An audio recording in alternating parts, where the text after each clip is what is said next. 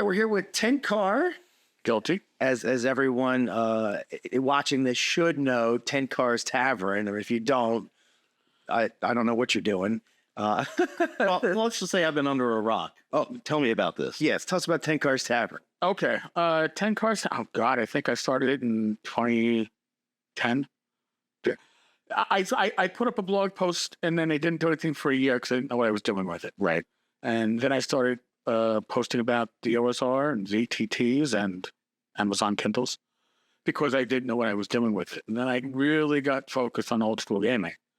And then the blog branched out into doing podcasts, which is now also a YouTube channel. Right. And how often do you post? I post daily, although I do have Sunday is Chris Stodgill, a friend of mine from North Texas. He took over Sundays for me 3 years ago. Okay. Gives me a break. But I used to post 3 or 4 times a day. I don't know where I found that time when I was working. And how often do you do videos? Every day. Every day? Oh, geez. Video every day, unless it's a live stream. So you're doing like YouTube shorts? I do 8 to 10 minutes. Okay. Oh, wow. On a daily basis, and live streams on Wednesday nights, usually with a guest, but it's always with Bad Mike from North Texas. Fridays, we have 2 alternating groups of people, the Random Party Generator, RPG, with a bunch of old school bloggers and YouTubers like Joe the Lawyer, Tim Shorts, Rob Conley, Matt Jackson when Matt stopped working, Rick Christopher, and then Glenn Hallstrom from, used to do Save or Die. Now it's Thackel's Hammer. Okay. One of the other old school podcasts. So we alternate Fridays between the 2 groups. And Rachel and I, my wife, we do Gamers Health every Saturday night, except when we're at conventions, because it's kind of hard to do a live stream at a convention. Yeah, and that's tough. I mean, God, we had a show that we did once a week, and it was difficult. Not all the time, but there would be times where it would be really difficult to make sure that I'm home Monday night, 9 o'clock, in front of the camera. There you go. You have a very understanding wife. And thank God for that. And thank God she participates with me on Saturdays. So it's something that we're doing together. Yeah. And if there's a 5th Friday in a month, I don't do a live stream. So it means every 3 months I get a Friday night where I can go out. There you go. There you go. I have a life too, right? Yeah, but you do it because you enjoy it. Okay. You're not doing it because YouTube. Like I always hear, "Oh, you're putting these clickbait videos up because you're making lots of money." On an average day, it's probably $2 to $4. A really good day could come close to 10. Wow, you make money on your But whatever little money I make on YouTube is what goes to my co-host, because I have my equipment, but if somebody needs a new headset, I just say, tell me what we need, and when the money comes in, because it's not money that's going to make or break me. Right. And not only that, it's like the time you put in. So you're making what, 10 cents an hour? I don't even want to do the math. I'm afraid to do the math.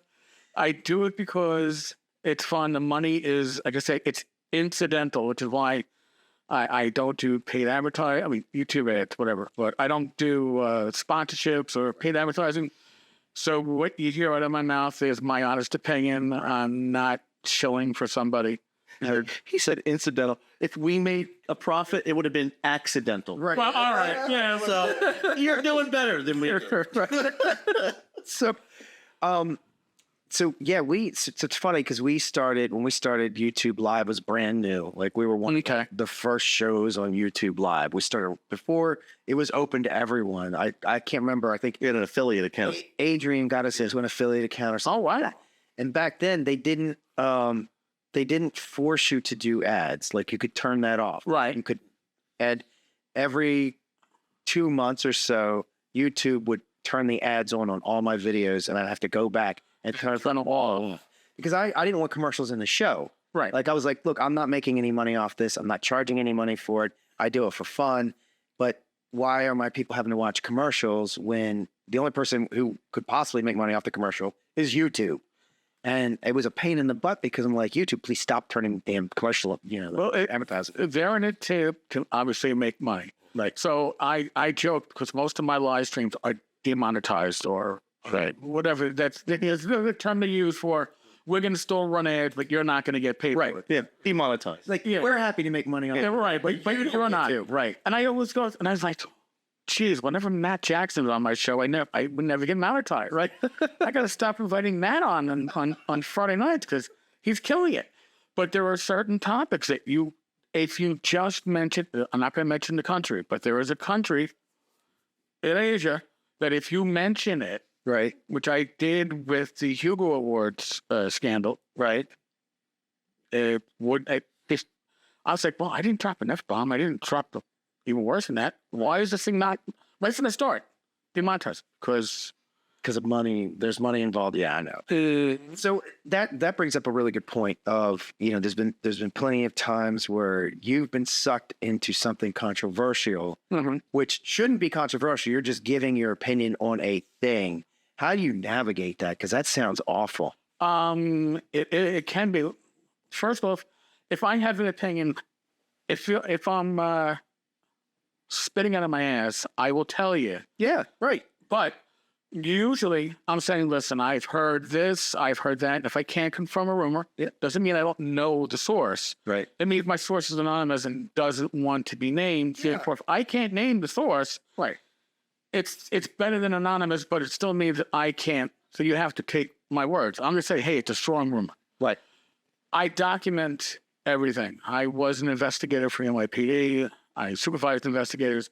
So I document everything. So if something comes up, I can say, I have this screenshot, I have this email, I have this source. It's because, and not that I'm organized, I'll tell you that much. I have it all, but it's all in one big folder, which I go scroll through and look for. But that's what you got to do. It might take me a while, but I have it. Exactly, because the internet never forgets. Right. But it could certainly hide things. Right. And it has a short memory. It has a short memory, but that's the people that have the short memory. Yeah. The internet itself, the Wayback Machine, It's an elephant. screenshot. Oh, yeah, watch what you say because your words are going to come back to you. So you better be accurate and hopefully truthful. Sometimes you're not accurate. Sometimes the news story, and that we've all seen that. Yeah. Yeah. When the whole rumor said Tencent was buying D&D. Yeah, I remember that. And That was just recent. That was just recent. And when I saw that, I was like, let me look a little bit deeper. And I went to the original Chinese article, which said Tencent wanted digital rights Right. and other rights, which didn't say it wanted to buy D&D. Right. So you gotta sometimes, and I mean, I don't read Chinese. Thank God Google can translate it. Yeah. But you gotta kind of, it can be a lot to navigate. And of course, just like the regular media, everybody wants to be the first to the punch. Yeah. And not everyone is a good researcher and interpreter of words, or understander of words. And I joke that I have, the Tenkar's minions or my sources, but I do. I have a lot of people that nobody gets paid, nobody gets anything. It's a slap in the back, and I thank you. But when a news story breaks, I'll often wake up in the morning and go, I got 7 PMs, 3 emails, and a text message, all letting me know what I missed in the last, God. But it's great because also it means I'm getting Engagement. but I'm also getting people that, if 2 different people send me the same story, maybe I'm getting different links to that same story, so now I can piece it together. Right. And I think it helps because then that way you can always, and you do follow up things and say, hey, I got this wrong on this one. I got new information. It's better. And I think people need to learn to respect that. It's like if you say something wrong, don't get pissed off. It's like, hey, I'm just reporting what I know. Correct me, and I will update. Yeah, that's a rata. Yeah, that's important. It full on the sword. I mean, I worked for a CO as a cop, and around, I don't know, 98 to 2000, I would see this guy full on the sword, and I'd say, I knew our first name base, like, Paul, you just some chief, you just fell on the sword. He goes, yeah, well, it goes, if I don't, what am I going to do? What am I going to do? Lie? Right. Stick with something that is incorrect. Right. You fall on the sword, you take a hit, and you move on. Right. Because I mean, what else can you do? And people can't fault you for that. You're doing the responsible thing. Right. But there are a lot of people who can't do that. They get backed into a corner. They back themselves into a corner. And have you had have you had? Tell me about a time that you've had something go like kind of viralish where you were just getting like emails. Oh, the OGL. Crazy. What's that? The OGL. Oh yeah, yeah. And the OGL wasn't just emails. It was phone calls from people that I don't normally talk to.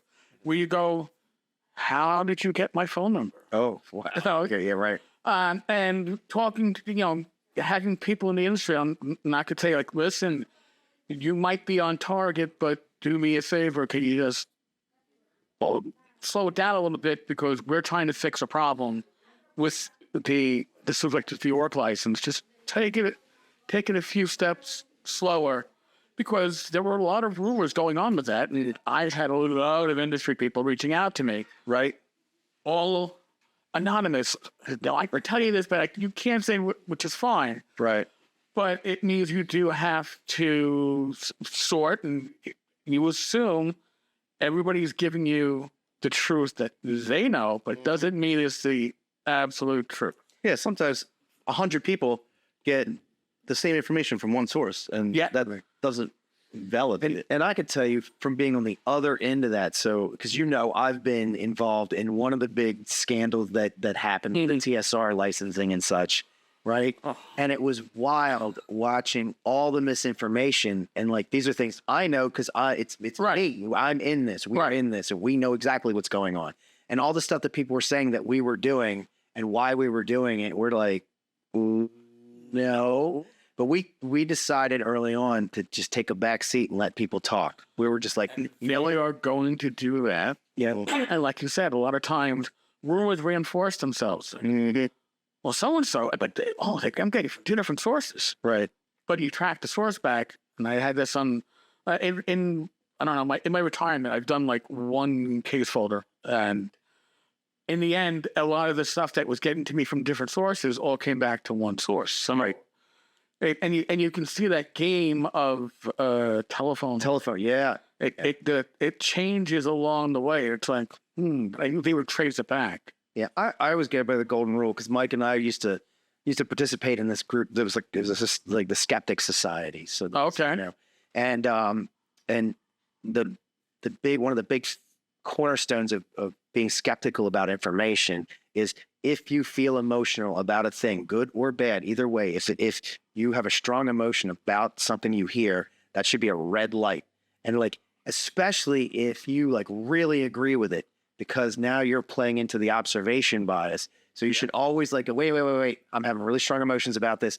Let me go look it up to make sure that it's right. Let me confirm this. Well, I mean, one of the first things I was doing with my blog was like following the wayward Kickstarters. All the Kickstarters that were, and in the beginning it was bad.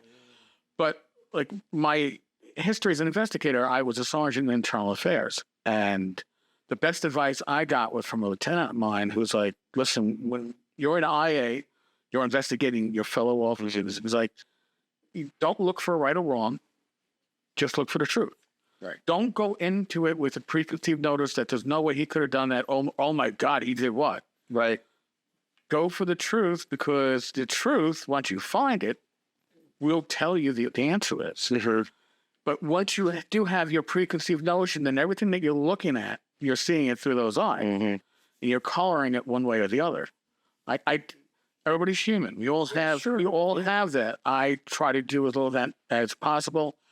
And even when on my blog, when I'm talking about new releases or a deal of the day or a Kickstarter, if I have a relationship with somebody, James Bond is like a brother to me. I've known the man for over a decade in the OSR, or the Douglas Cole, who used to be in my gaming group on Friday nights. And I ran him through Cotton, Castle of the Mad Archmage.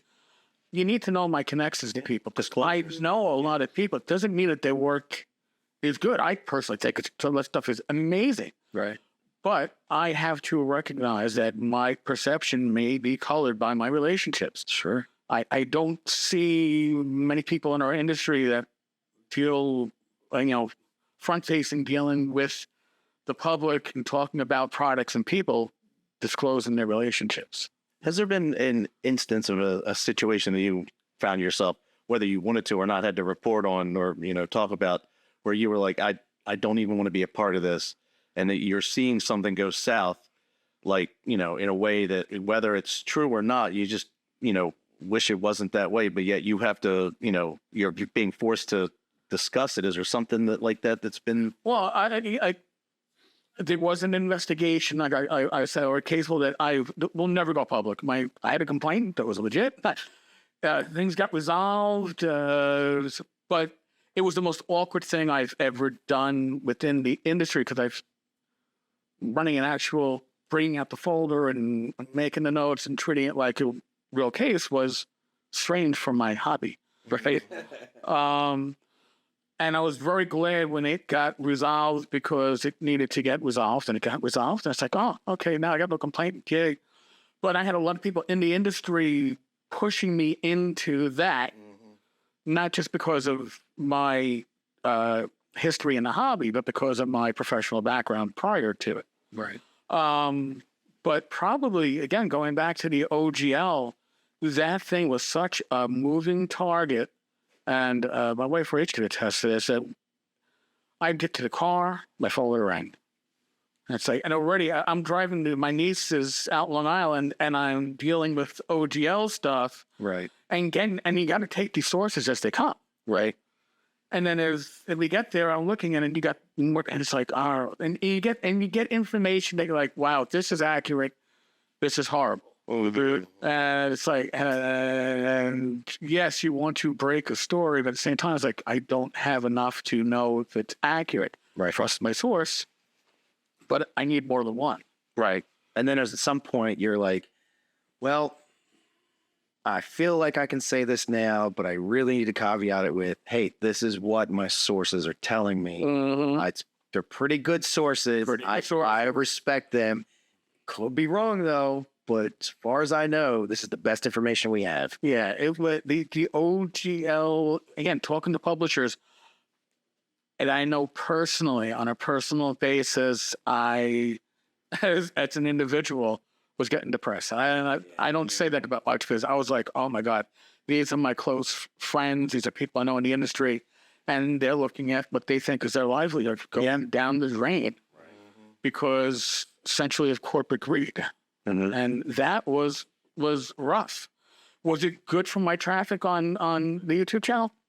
My God, I could actually say that if I hadn't screwed up my monetization, which I did, and suspended it for 30 days, trying to make sure that my blog was linking in with the same YouTube account for AdSense, and then I was suspended for 30 days. Something wrong. Right. But I actually was probably making $15 a day some days. Oh, $15 a day. I could have bought like groceries? Small Big Mac. Right. Yeah. I couldn't got large because this close to being 100 air.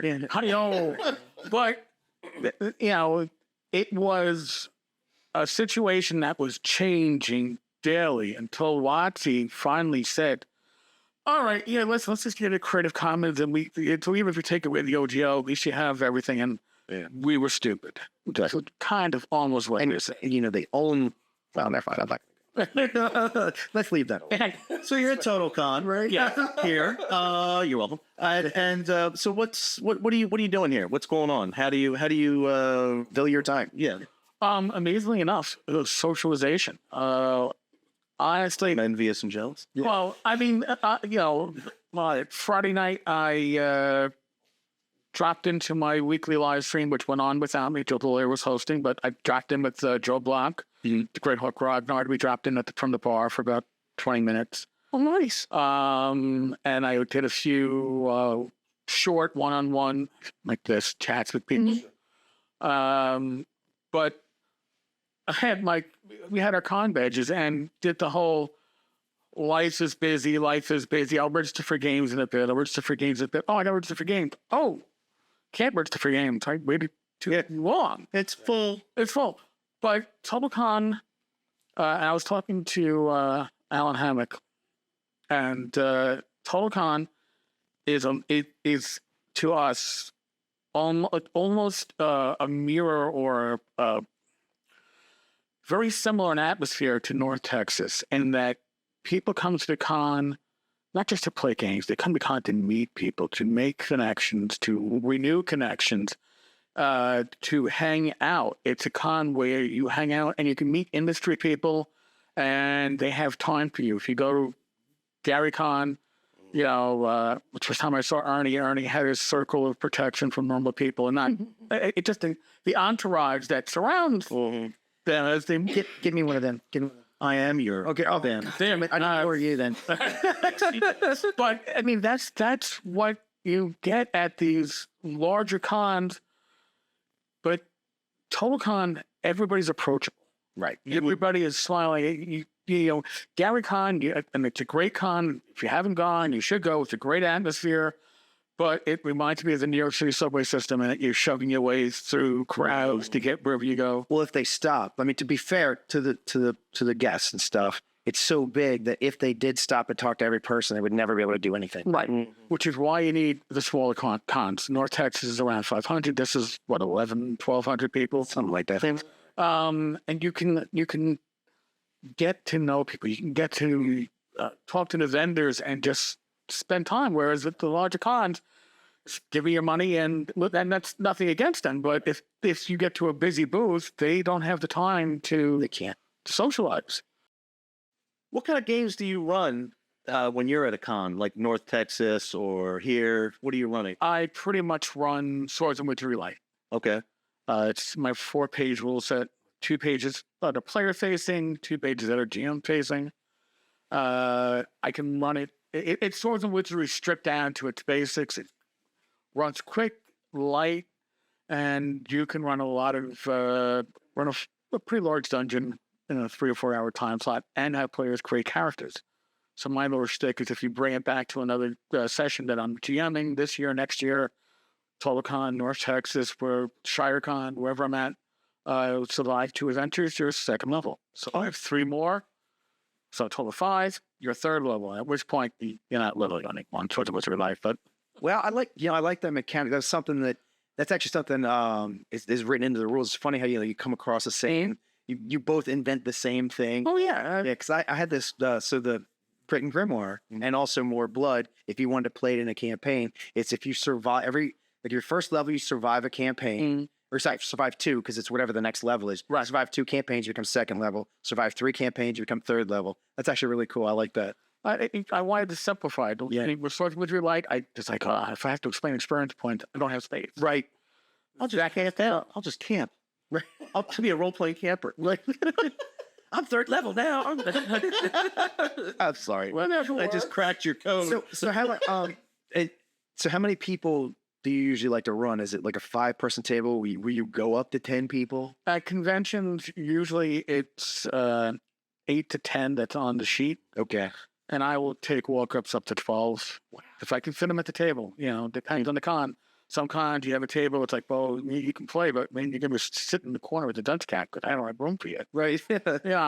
But I always, it's a light enough system that I can now, if you're telling me, if I was running that on like a VTT, my limit's probably 5 to 6 players. Right. Because your ability to capture that attention, to keep that attention, is a lot different on a VTT. Right. It can feel a lot like a home game if you got the right players, but distractions. Yeah, because they've got the internet right there. They got the internet like all the internet. Right. And my gaming group is all a bunch of they're real. I dabble. They're game designers. Rob Conley, Tim Shorts, Greg Christopher, even Joe the Lawyer. But so if I'm running something, Greg's doing layout for his map for his next product in the background. Yeah, I've never done that. I'm just saying it. I know it happens. So, a smaller group if you're online. Yeah. Mm-hmm. It's true. Man, that's cool. And what do you like to play when you're, say, at cons? Anything that I would not normally play. So like Cyberpunk is something. Cyberpunk last year we played Top Secret SI. Nice. And we played some kind of Power Rangers Gaijin mashup. Couldn't tell you the system offhand. I knew it, but I forgot it. But it was not, again, a system I wouldn't normally play. I don't play 5e, but we at ShireCon 2 years ago, we did a 5e with Steve from Rising Phoenix. Okay. Yeah. And he did Peanuts. So I was like, I've got 8-sheet printout of my Snoopy character. My Swords of Wizardry Light is only 4 pages and it's a complete game, but it was a lot of fun. I was just in something like that, you need a strong GM that knows the system. Mm-hmm. Swords of Wizardry Light is designed that if you know old school gaming, anybody can probably pick it up and run with it. Sure. 5e runs well with a strong, powerful GM. If I was running it, I had my players walk away from the table because I've never run it and I've read through the rules once and I retained nothing. When are we going to get you in the Solarian room for one of our LARPs? Lord? Yeah. Do I look like Rob Conley? Yes. Actually, Rob's lost a lot of weight, so maybe I do look No, like it's funny. They're actually kind of LARP-like. Yeah. Really. You like nobody dresses up. Oh, all right. I mean, it's not like I've come unless you want to, but nobody's required. Yeah, there's no dress up required. There's a possibility you could squeeze this in. The clothes are required, but No, I listen, when I'm wearing pants, it doesn't always happen because I'm at home. Because if you're not wearing clothes, I'm not wearing clothes. No, You we're don't not, want that. We're not. No, not you. No. Right. I will wear clothes. Always. We'll follow your lead. Yeah, you know when I'm at a convention, I like to play I usually like to play like BattleTech, Car Wars, like stuff that have like a big setup that that you have to game in person and have to have all the stuff. Because I never get to do that at home. Where's the room once you've got family and more junk than you probably should ever have? Well, not only that, but the people at the con are going to have like these elaborate setups. I want to play Ogre. I have the Kickstarter, Right. and I assembled it like a kid. Yeah. Like this is awesome. I got no room for this. Right. Son of I'll never play this. Right. But I can play it at a convention. Yeah. tell them about what we did. What was it last night? Which one? With the or no, 2 nights ago. No, what was it? The escape. No, yeah, The escape room? no, yes, Oh my God. the bombs. Yes. Yes. So Friday I'm night. sorry, everything's running together. Right. So Friday, it doesn't. So Friday night, yeah, we did a LARP room where it was top secret, Right. and we had three tables, or was it 4? It was 4. It was 4 tables, and they had teams that were trying to find this code, and they had to go to different parts in the con, all public areas. We didn't go in anybody else's rooms. So there was a spot at the bar, there was a spot at the table, a spot by the vending room, and then one by the video game, right? So they had to go around and find these clues, and there'd be clues they'd have to solve to get a code. And there were 6 codes, and then they would come back to the main room, and they would put there were locks. There were 6 combination locks that had like different. Some of them were letters, some of them were numbers, and they would have to solve it to open up the locks to open the box. And it was pretty cool. Defusing a bomb. Yeah, Yeah, that's actually very cool. but that's the kind of stuff we did. We did a Star Trek LARP DS9 one year, and it was the Cardassians and the Ferengi and that was pretty cool. They had to play that out. We did a Game of Thrones one year where there were different houses. So All right. we also When are you coming to the Solarian room? I think next year we'll be at the Solarian room. And you have it on tape. I think we've settled it in. It's going to be there are different alien overlords trying to take over the Earth, Okay. and you're on Earth trying to decide, and the Earth's trying to decide which alien overlord they're going to let take them over. And you're going to It's gonna happen. right. It's not We have our choice. Right. And you're the different alien factions trying to convince the Earth to let you be the one to take them over. Personally, I just want to make sure whichever faction is going to let us, as their new human pets, sleep with them. Right. Oh, like how to serve man. Right. Yeah. So all right, so you got Tenkar's Tavern that Yep. you do. Swords and Wizardry Light is your That's thing. my little child. Is there anything else you haven't touched on that you'd like to bring up? At some point, Continual Light, which is currently out there as Swords of Wizardry Continual Light, but it's got new digest size, it's got new cover, new editing. When the OGL fiasco happened, I could go through it and scrape everything out, make it under Creative Commons, under the 5.1, but I've never gotten around to doing that. So at some point, that'll come out.